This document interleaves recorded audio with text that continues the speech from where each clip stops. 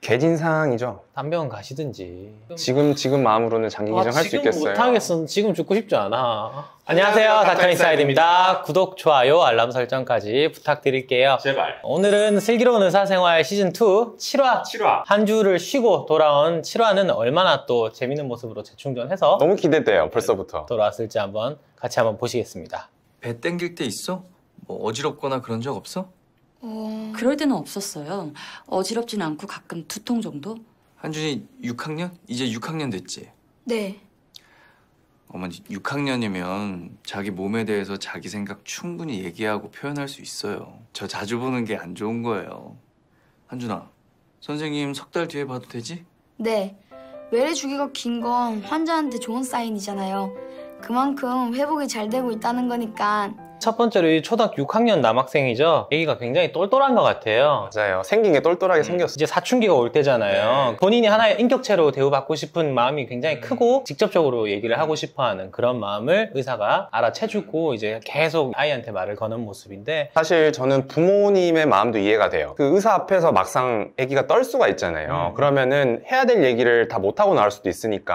맞아요. 그래서 대신 얘기해 준답시고 이렇게 해주신 것 같긴 한데, 하지만 현실은 보면 애기들이 막 긴장하고 막 부끄럽고 이런 것 때문에 말을 잘 못해요. 말을 잘하는 친구임에도 불구하고 엄마 뒤에 숨어가지고 얘기를 하는 경향이 있어서 초등학교 학생들은 조금 얘기를 하기가 힘들고. 근데 의사 보면 일단 무섭지. 무서워서 말 못하는 것도 있고. 그렇죠. 그리고 사실 뒤에 환자가 막 쌓여 있어요. 의사 입장에서도 사실 보호자랑 빨리 얘기를 하면 뭐 술술 나오고 빨리빨리 해결을 해드릴 수 있거든요. 저희 어른이잖아요. 어른인데도 의사 앞에 가면은 뭔가 해야 될 말을 못하고 그래서 메모에 다 적어가잖아요. 그럼요. 어린애들은 오죽하겠어요. 그러니까요. 인격체를 대하면서 환자에게 직접 얘기를 하는 것은 굉장히 좋은 모습인 것 같고요. 또 여기서 나오는 말이, 의사와 환자는 자주 보는 게 별로 안 좋다. 우리 자주 안 보는 사이가 되자. 환자가 의사를 찾는 게 아파서 찾는 거잖아요. 맞아요. 좋은 일로 찾는 경우는 사실 없잖아요. 저도 보호자들이랑 면담을 할 때 이런 식으로 말씀드려요.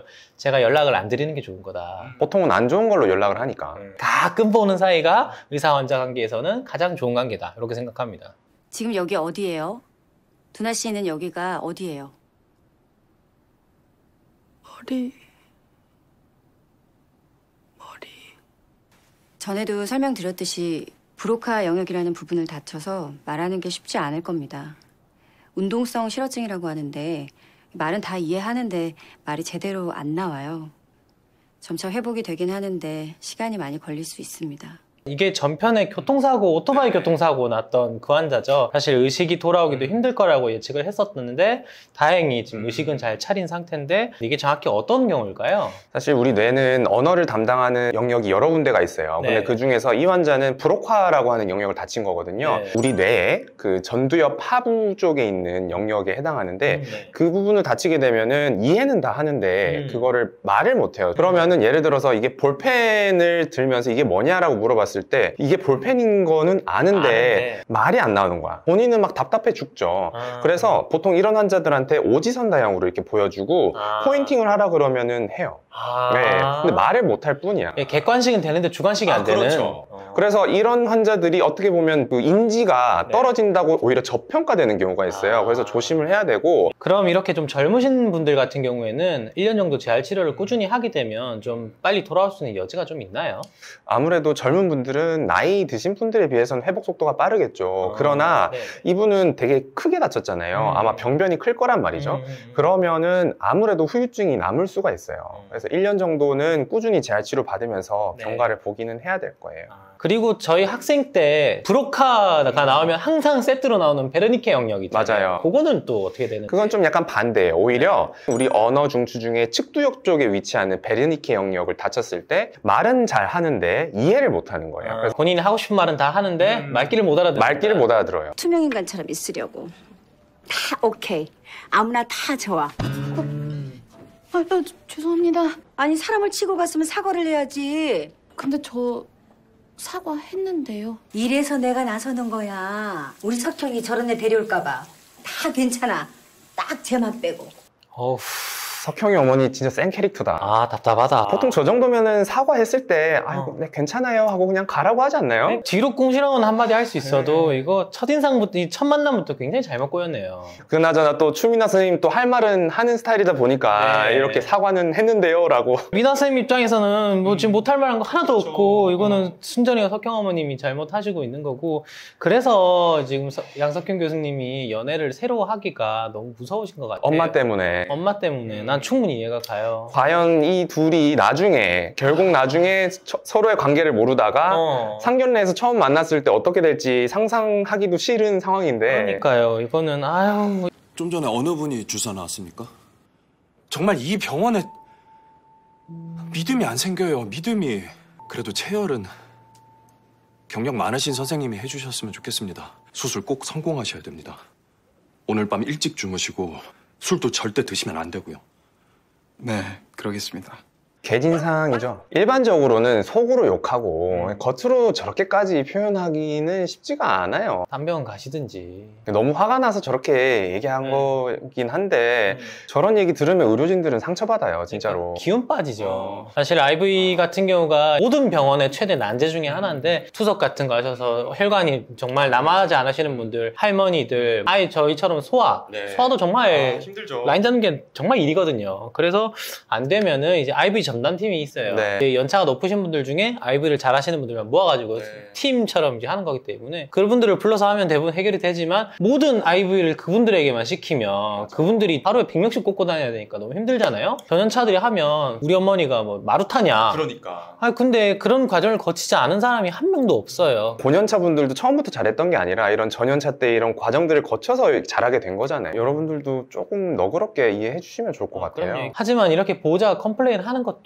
충분히 이해는 가는 상태죠. 왜냐하면 큰 수술을 가족 중에 2명이나 받고 있는. 불안하잖아요. 아예 이렇게 대놓고 컴플레인 하신 분들이 있어요. 근데 이런 분들한테는 시간을 충분히 좀 할애하고 설명도 또 길게 해드리고 하다 보면 결국은 치료가 예를 들어 잘 됐을 경우에는 어떻게 보면 더 빅팬이라고 하나요? 그쵸. 팬이 돼서 그쵸. 오히려 막 다른 분들도 소개해 주시고 이런 경우까지 가는 경우가 있어요. 경황 없고 슬픔이 크신데 이런 말씀 드려서 정말 죄송합니다. 생각을 조금 해보겠습니다. 그래도 되죠? 네, 그럼요. 30년 만에 만났습니다. 엄마라고 불러본 기억도 없는데 제가 갑자기 보호자가 되어서 엄마의 장기 기증을 결정해야 한다고 하니까 제 엄마를 30년간 못 보았던 상태에서 처음으로 본 모습이 장기 기증을 결정하게 되는 그 뇌사 상태의 어머니를 처음 본 거예요. 이런 거는 되게 특수한 경우지만 이런 경우는 있을 수 있잖아요. 부모님이 뭐 불의의 사고나 뭐 그런 걸로 뇌사 상태가 됐는데 알고 보니 저도 모르게 이제 장기 기증을 신청을 해 놓으셔가지고 코너스에 다 등록이 돼 있던 상태라는 걸 뇌사 상태가 빠지고 나서야 알게 됐다. 보호자의 동의는 어쨌거나 필요하다. 이거를 내가 아들 입장에서 오케이 해줄 수 있겠느냐. 그래도 만약에 부모님께서 코누스에 본인의 의지로 가입을 예전에 하셨다면은 거기에 따르는 게 맞는 자식의 것 같죠? 입장에서는 맞겠죠. 맞는 것 같죠. 근데 너무 자식으로서 가슴 아플 것 같아요. 왜냐면 전혀 생각지도 못한 상황이잖아요. 그쵸. 우리 부모님의 장기를 다 떼는 거잖아요. 그쵸. 사실 이런 경우는 이제 노안으로 돌아가시는 경우가 아니고 보통은 급사잖아요. 그러니까 그 상황을 받아들이기도 조금 힘든데 장기 기증까지 결정을 해야 돼. 그러면 좀 큰 뜻이 필요할 것 같아요. 그래서 저는 항상 이런 코디네이터 분들 있잖아요. 장기 기증 코디네이터 분들 보면 정말 리스펙이에요. 항상 이렇게 미안한 상황에서 이런 절망적인 상황에서 설명을 해야 되죠. 장기 기증을 하실래요? 이런 필요한 일이고. 참 이런 다들 대단하신 것 같습니다. 본인은 장기 기증 하실 건가요? 저는 아직은 생각을 못 해봤어요. 약간 자신감이 없어서 그런지 모르겠는데 저는 조혈모 세포 기증은 했어요. 장기 기증은 모르겠어요. 아직도 저는 그거는 마음을 못 정했고 그것도 쉽지는 않은 결정인 것 같은데 지금 마음으로는 장기 기증 할 수 있겠어요? 지금 못하겠어. 지금 죽고 싶지 않아. 또 하나는 이렇게 좀 장기 기증을 하는 게 이렇게 숭고한 뜻이고 어려운 결정들을 거쳐서 장기 기증이 이제 필요한 곳으로 가잖아요. 이렇게 어렵게 받은 간인데 이걸 술 처먹고 또 날리고 막 이런 분들이 계시잖아요. 그냥 이런 분들한테는 간을 주면 안 될 것 같아 진짜. 이걸 꼭 한번 보셨으면 좋겠어요. 장기 기증 받으신 분들은. 바드 달아도 되겠죠? 네, 교수님. 제 의견을 말씀드리자면 전 반대합니다. 아기한테 지금 해준 것만으로도 정말 최선을 다하신 겁니다. 여기서 더는 이론적으로는 가능하겠지만 그게 아기한테 맞는 방법과 결정인지는 잘 모르겠습니다. 전 그렇게 생각하지 않고요. 냉정하게 말씀해 주셔서 감사합니다. 소아 바드를 할지 말지를 세컨 오피니언이라고 하죠. 네. 이제 다른 병원에 가서 새로운 의견을 지금 들으러 오신 건데 보통은 좋은 얘기를 들으러 오시는 거잖아요. 좋은 얘기를 한 번이라도 듣기 위해서 병원을 이곳저곳 돌아다니면서 되는 건 당연히 된다고 말씀을 드려야 되지만 안 되는 건 안 되는 거라도 약간 현실을 직시를 시켜드리는 것도 의사가 해야 되는 꼭. 보통 뇌졸중 환자들은 후유증을 갖고 있거든요. 근데 좋아질 거란 얘기를 듣기 위해서 다른 병원을 막 전전하면서 재활 치료하면 더 좋아지겠죠? 막 이런 얘기들을 들으러 오신단 말이에요. 근데 그 상황에서 저희가 이제는 더 이상 좋아지지 않을 가능성이 큽니다라고 얘기를 하는 게 오히려 이 보호자나 이 가족 전체를 위해서 맞는 거예요. 저는 그래서 사실 이 장면을 보고 되게 놀랬던 게 세컨 오피니언을 좋은 얘기를 들으러 오실 거라고 당연히 예측을 했는데 안 좋은 얘기를 해드렸는데도 감사하다고 말씀을 하시는 거 보니까 되게 복잡한 감정이 들었거든요. 너무 안타깝고 아기를 키우는 부모들은 보면 아기가 막 조금만 잘못돼도 예를 들어 미열이 조금만 나도 자기 책임인 것 같거든요. 그 상황에서 이 의사한테 이런 절망적인 얘기를 듣고 감사하다고 하는 그 복잡한 감정이 그렇죠. 정말 설명하기가 힘든 것 같아요. 이제 더 이상 아기가 다른 이제 처치를 하느라고 고생하지 않았으면 좋겠다라는 마음이지 않을까요? 윤보아. 네? 여기는 3차 병원이야. 우리한텐 매일 있는 일이지만 환자들한텐 인생에서 가장 큰 일이고 가장 극적인 순간이야. 그런 순간에 우리를 만나는 거. 나라도 그럴 것 같은데? 응? 동생은 아픈데 나는 B형 간염이라 이식을 못 해주고 60이 넘으신 아버지가 자기 대신 수술대 오르게 됐는데 나라도 예민해지지. 그리고 오빠분도 아실 거야. 자기가 지금 어떻게 보이는지. 근데 아마 그건 하나도 안 중요할걸. 그리고 우리 역시 그런 상황에 놓이면 그들과 크게 다르지 않을 거야. 그러니까 이해해야 돼. 이해하도록 노력해야 돼. 알았지?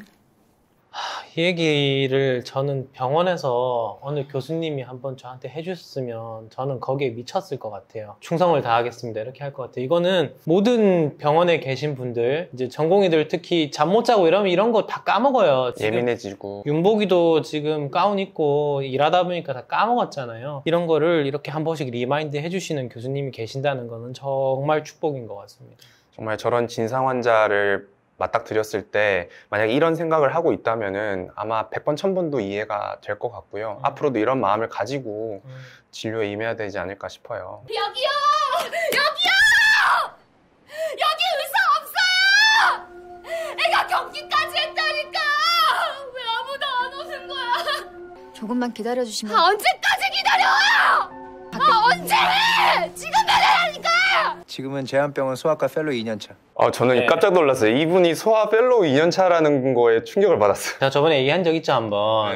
이게 아무리 보드를 따놔도 내 애가 아프면 꼼짝을 못해요. 이해해요. 자기 애가 이렇게 아프면 이성은 그냥 상실해버려요. 미쳐버리지. 이렇게 소리까지 지르진 않겠지만 그래도 제가 이 엄마에 대한 변호를 조금 해보자고 하면 이게 오히려 소아과 전문이라서 더 이럴 수가 있는 상황인 게 좀 더 뒤에 보면은 애가 크잖아요, 생각보다. 보통 열경련이라고 하면 제가 이전에도 설명한 영상이 있지만 돌쟁이들이 보통 시작을 해서 한 2돌 정도까지는 열이 날 때 한 번쯤 열경련을 할 수 있어요. 근데 얘는 너무 커. 딱 봐도 한 5살이에요. 이때는 열이 난다고 해서 열경련을 하면 더 이상 안 되는 나이예요. 문제가 되는 거네요. 문제가 되는 열경련이고 단순 열경련이 절대 아니기 때문에 이밸류에이션을 쭉 해야 돼요. MRI 찍어야 되고 EEG도 해야 되고 필요하다면 에필랩시, 뇌전증에 대한 이밸류에이션을 충분히 해야 되는 상태이기 때문에 엄마가 이렇게 좀 과민한 반응을 하는 것도 충분히 이해가 가고, 또 소아과 지금 펠로 2년 차시니까 별의 별꼴을 다 보셨을 거 아니에요. 이 어머니가 너무 험한 꼴을 많이 보셨기 때문에 뭐 어느 정도는 이해를 하지만 소리는 아니지.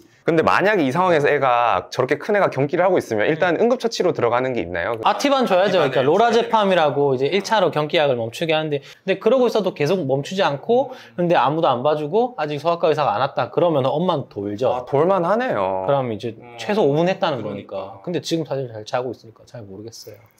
아까 맞아, 잘 자고 있는 사진 보여줬잖아요. 그럼 그 작가분이 이런 것들을 다 고려해서 이 씬을 담았다는. 아니, 거기까지 했으면 진짜 최고인 거고요. 요지는 그거예요. 이 장면의 요지는 아무리 의사라도 자기 자식이 아프면 눈이 돌아버린다는 게 결론이에요.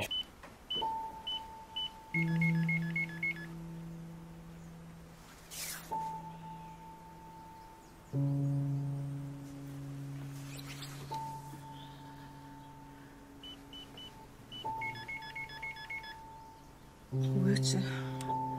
뭐였더라?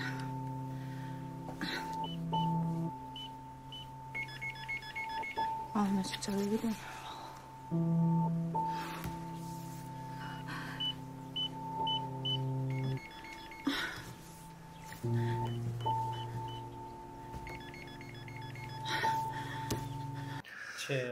맴짓이다 진짜. 초기 치매가 오시는 것 같은데. 초기 치매예요. 자기 집 비밀번호를 까먹는 요 상황을 제시를 해주셨는데 이 상황이 치매의 초기 증상에 합당한가요? 당연히 합당하고요. 치매이신 분들은 기억을 잘 못하는데 예전 기억은 잘해요. 맞아. 그런데 뭔가 최근 기억이나 새로운 기억들을 잘 못하거든요. 그리고 여기서 또 고증을 하려고 한 거는 뭔가 본인이 집중을 열심히 함에도 불구하고 기억을 못 해내잖아요.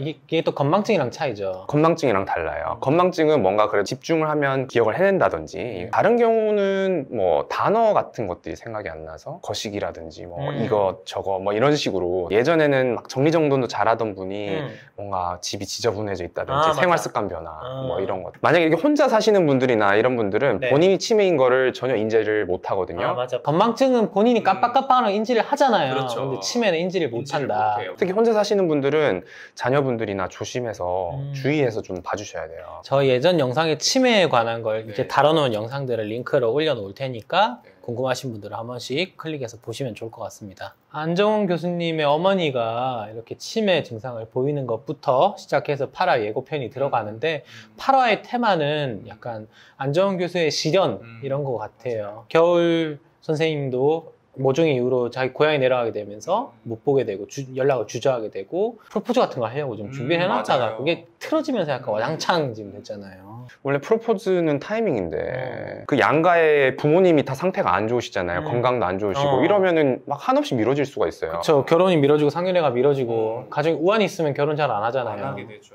아무쪼록 별일 없이 좀 잘 풀렸으면 좋겠는데 또 이렇게 시련을 주시네요. 신원호 PD님을 믿습니다. 그러니까 한 2화 만에 복구시켜 주실 것 같아요. 시즌 근데 3까지 가야 돼서. 근데 얘들을 몇 화 동안 갈라놓기는 힘들 것 같아요. 그래? 바로 붙여주실 것 같아요. 3 돼서 붙이는 거 아니야? 그건 너무 좀 과하다. 저희 슬기로운 의사생활 7화 리뷰 마치도록 하겠습니다. 다음 8화에서 만납시다. 안녕.